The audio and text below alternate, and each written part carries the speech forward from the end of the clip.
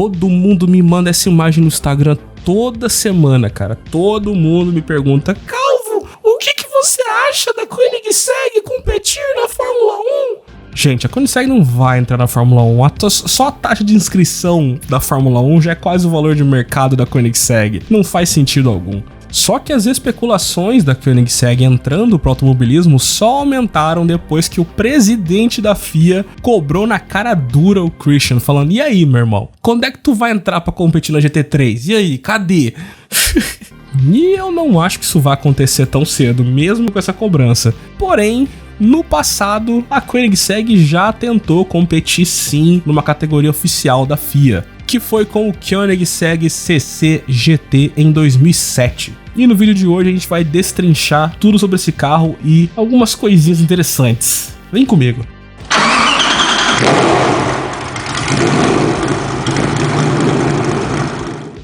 Desde o primeiro protótipo lá do Koenigsegg CC, Christian von Koenigsegg, o carecão por trás da marca, ele já pensava sim em competir. E aí o desenvolvimento dos protótipos já eram pensando numa facilidade de conversão para o regulamento da categoria GT1 da FIA, que foi uma das categorias mais interessantes de todos os tempos, cara. O grupo GT1 da FIA teve ninguém menos do que o McLaren F1 GTR, Jaguar XJ220 GT, até Ferrari F40. Acho que um dos protótipos mais famosos também da GT1 é justamente o Porsche 911 GT1, e essa era a categoria que o Christian mirava. Imagina que louco, cara. Na época em que a Koenigsegg pretendia correr com o CCGT, eles iriam enfrentar ninguém menos do que Saleen S7R, Corvette C6R, Nissan GT-R GT1, Murcielago LP 670 RSV e também o Ford GT1. Imagina um Koenigsegg no meio de tudo isso, cara. Teriam sido corridas assim espetaculares, mas não rolou, e a gente já vai ver o porquê. Antes, falar um pouquinho do carro em si, do Koenigsegg CC GT. Aparentemente o Christian von Koenigsegg ele teve envolvimento direto do projeto desse carro, só que ele era desenhado, digamos que fora do horário comercial. Ele era meio que o projeto das horas vagas do Christian e alguns engenheiros, então por isso demorou muitos anos para ficar pronto. Quando eles começaram a desenhar o carro, eles já estavam trabalhando no CCR, mas quando finalizaram de fato a montagem do CCGT, eles já estavam produzindo o CCX. Tanto que é por isso que eu finalmente entendi uma das coisas que me causava uma certa estranheza.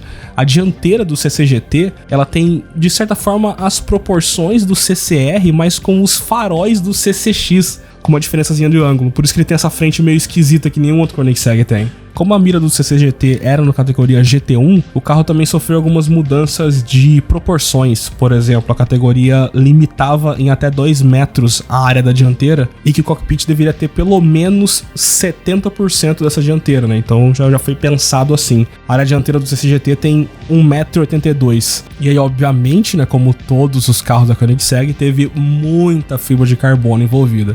Na verdade, teve tanto uso até de fibra de carbono, e como ele estava um pouquinho menor do que o regulamento pedia, isso gerou o peso seco do carro de 1.000 kg. E aí, por conta do regulamento, tiveram que colocar um lastro de 100 kg a mais. Eles fizeram um carro tão bem feito que era mais leve do que o que a FIA pedia. Pra quem não conhece muito de automobilismo, o lastro é quando você tem que colocar um peso extra para poder nivelar os carros com o regulamento. Chatices de regulamento de competição, mas enfim. Então, já com o lastro, o carro tinha 1.100 kg, o que ainda assim é drasticamente leve, e o desenho aerodinâmico dele gerava até 600 kg de downforce, que é também bastante coisa. E provavelmente ele gera tudo isso de downforce porque o carro tinha um coeficiente aerodinâmico de 0,29, o que é relativamente perto da eficiência aerodinâmica do Iesco também, né? Só que a gente tá falando de, 16 anos atrás?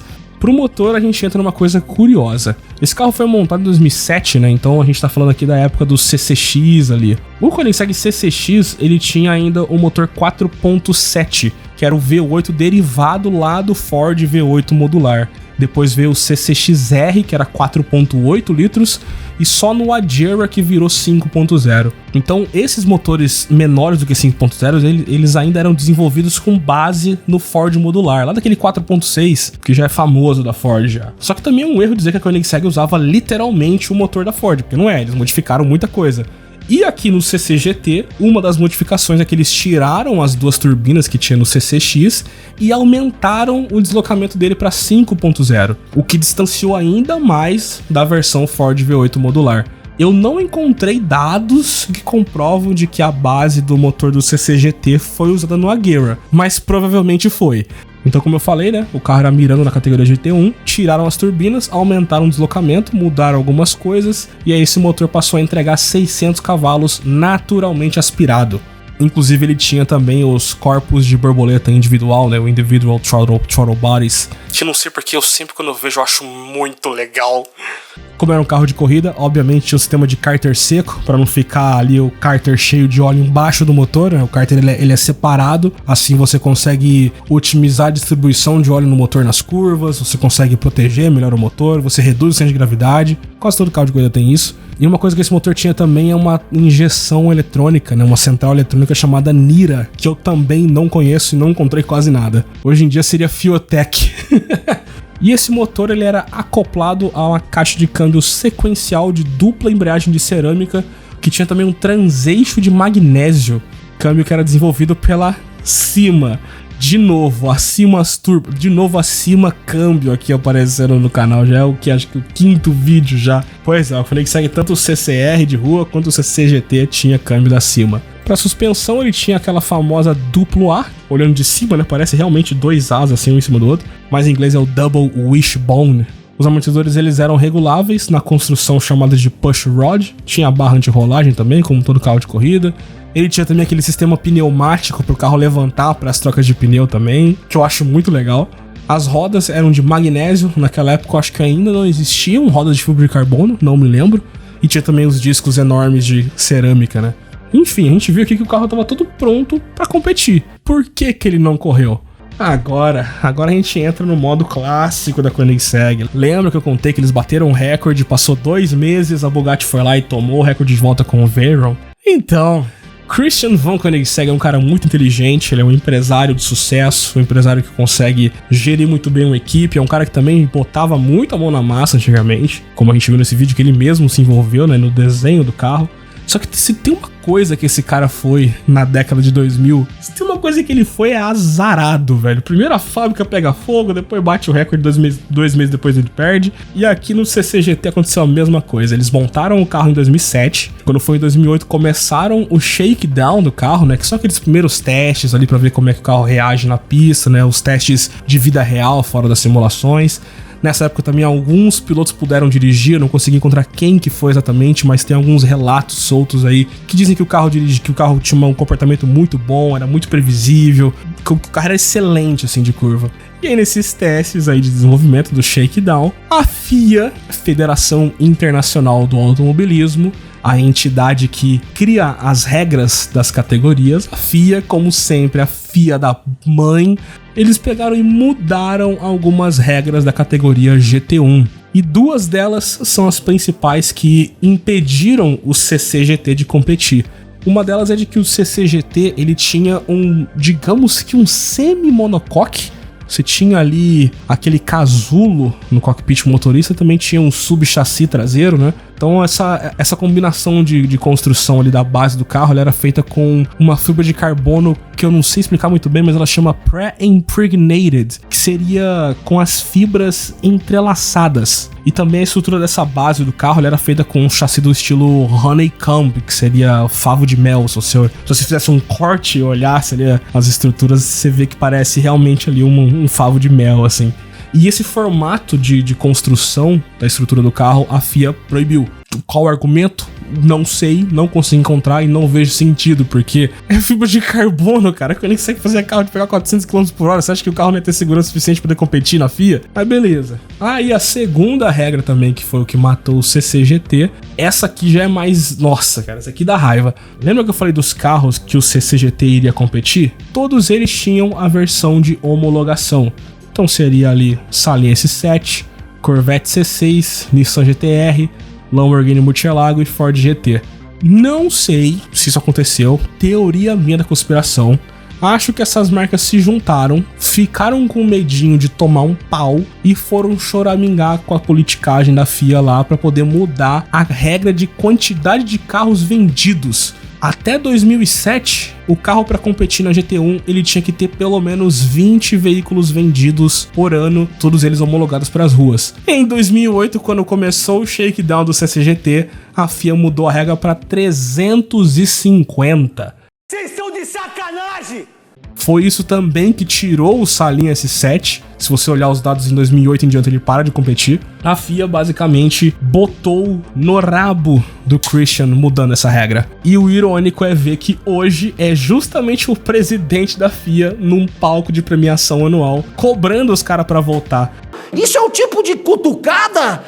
É por isso que eu falo que o Christian, ele é um cara muito foda, porque ele conseguiu ficar quietinho lá, só respondendo naturalmente, porque eu ia falar: a culpa é sua, eu já queria ter competido, a culpa é sua que eu não consegui.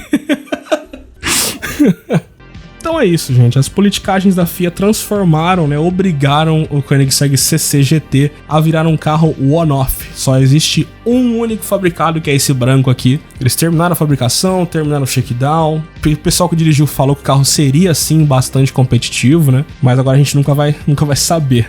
Ou melhor, talvez saberemos, porque aconteceu o seguinte: esse ano o CCGT, esse único fabricado, que também teve um único dono até hoje, né? Esse carro foi leiloado em Goodwood no meio do ano. O valor exato do leilão não consegui encontrar, mas foi algo em torno de 20 milhões de reais. E a Koenigsegg soltou um vídeo recentemente dizendo que o CCGT vai competir numa categoria chamada Historic GT Racing, que seria uma categoria de GT Racing histórica, que eu não consegui encontrar dados oficiais do que é isso, mas presumo eu que eles vão pegar esses carros antigos da GT1 e vão botar pra fazer uma corrida, mesmo que seja ali de forma beneficente ou de forma mais tranquilinha, né? Que nem quando tem aqueles carros super velhos correndo em Goodwood, talvez seja uma categoria meio que nessa vibe, ou então quando o Vettel deu uma volta em Silverstone com aquela Williams dele. Então eles vão fazer meio que uma competição de carro de corrida velho aí e vão botar o CCGT no meio. Não sei o que é ainda, Koenigsegg ficou de dar mais informações sobre isso, vou continuar pesquisando, quando eu descobrir, trago pra vocês. Se tiver onde assistir, eu vou tentar assistir também, porque eu fico muito curioso pra ver como queria se sair o CCGT na GT1. Tomara que, se essa corrida acontecer, que os pilotos possam de fato pisar fundo. E de novo, eu já mencionei isso no último vídeo do Iesco, mas eu realmente não consigo ver a Koenigsegg agora parando tudo para desenvolver outro carro do zero para competir, porque o CCGT não pode, o Gemera não dá para adaptar ele para corrida porque ele é insano. Talvez adaptar o Iesco para corrida, mas daí ele se encaixaria muito mais na categoria de hipercar de Le Mans do que numa GT3, não sei. Eu não consigo ver um cenário imediato onde a Koenigsegg comece a competir. Também não acho que faça sentido ela ir para Fórmula 1. Eu acho que a gente vai esperar mais um tempo. Quando eles finalizarem as entregas do Gemera, ou quando estiverem perto, na verdade, né? Quando estiverem perto de entregar todos os Gemera e todos os Iesco, talvez a gente veja um outro carro da Koenigsegg sendo lançado, um carro menor, um carro que tenha só o 2.0 TFG de 600 cavalos, e talvez esse possível hipotético carro entre no GT3. É o que eu imagino. Vou deixar a teoria aí pra vocês nos comentários aí. Esse vídeo fica por aqui. Se minha voz estava meio rouca nesse vídeo é porque eu estou doente. Estou tentando gravar doente pra vocês, só pra poder não faltar vídeo. Se esse foi o primeiro vídeo de 2024, feliz ano novo aí. É nóis, tamo junto. Obrigado aos membros que tiveram um apoio incrível o ano todo em 2023. É crucial o apoio de vocês. Vocês ajudam a gente a pagar os boletos. Ou você que não tem condições de ajudar financeiramente, só se inscreve aqui no canal, segue a gente no Instagram lá também, @autotelling. E é isso, na voz o Rocco Farias, tamo junto e até o próximo vídeo. Valeu!